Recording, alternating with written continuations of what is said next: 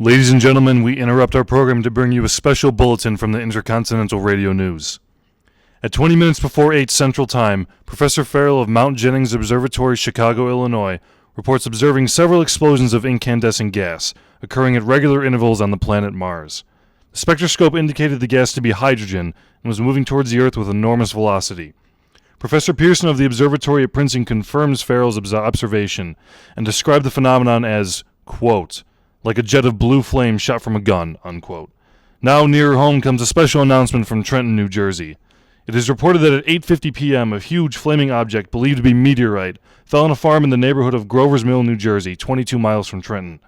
The flash in the sky was visible within a radius of several hundred miles, and the noise of the impact was heard as far north as Elizabeth. We have dispatched a special mobile unit to the scene and will give you a word description as soon as we can. In the meantime, we take you to the regularly scheduled program, Weird of the Week.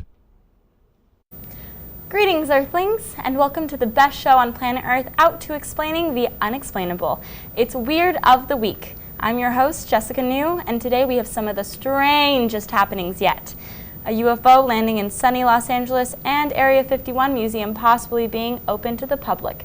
And that's just the beginning. Here to talk to us all about it is science expert Chris. Hi, Jessica. How's it going? Going pretty well. Good, thank you for being here. No problem. We'll get started asking you a few questions in just a minute. The National Atomic Testing Museum has had an exhibit on Area 51 for 2 years now, but today the museum is expanding.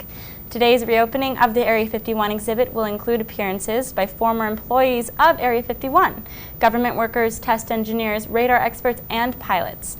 The exhibit features an alleged alien artifact, small pieces of material that came from a reported 1986 UFO crash in Russia.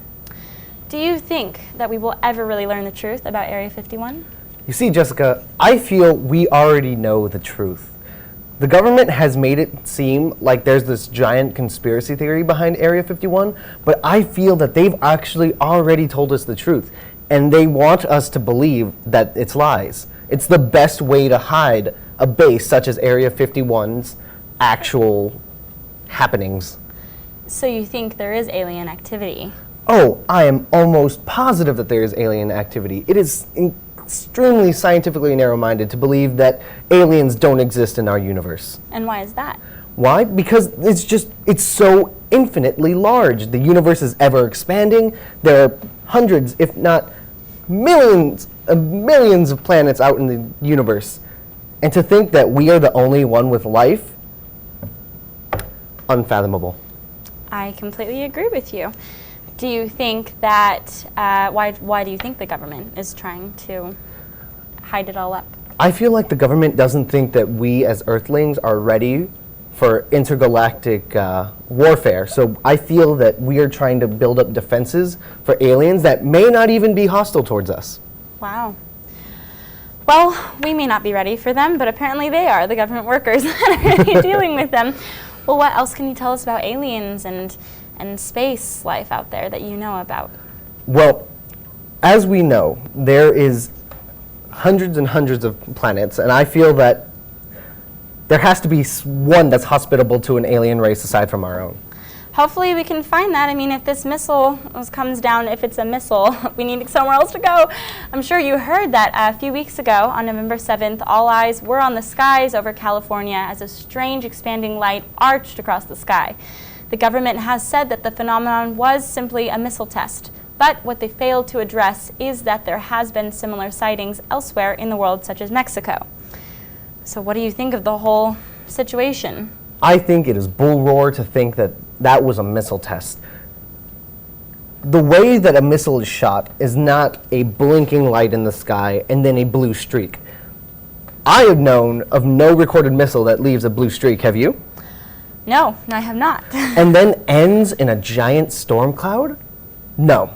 I cannot believe that that is the lie that the government has told us. So what do you think it was? I feel that it was actually an alien spacecraft trying to escape off of this Earth. Why do you think it was trying to escape? I wouldn't want to be here if I could travel the cosmos. I would love to be out there. Why would I spend my time on a rock if I can explore the cosmos? That's true. I wonder if they are worried about the extraterrestrials causing any harm or danger to us. I feel that they think that we need proper defenses to defend ourselves against, again, possibly not hostile aliens. Well, if and when do you think it will be released to us, the knowledge? I feel that the government is going to try and hide it as long as they can before they can no longer stop denying it. Well, here's to hoping that we'll soon know the truth. That looks like all the time we've got, folks. What an extraterrestrial Tuesday it's been, eh? Thank you to Chris for being our go-to science extraordinaire. No problem, Jessica. Once again, I'm Jessica New, and see you next time on Weird of the Week. Now, back to you, Tommy. Ladies and gentlemen, I have a grave announcement to make. Incredible as it may seem, both the observations of science and the evidence of our eyes lead to the inescapable assumption that those strange beings who landed in Jersey farmlands tonight are the vanguard of an invading army from the planet Mars.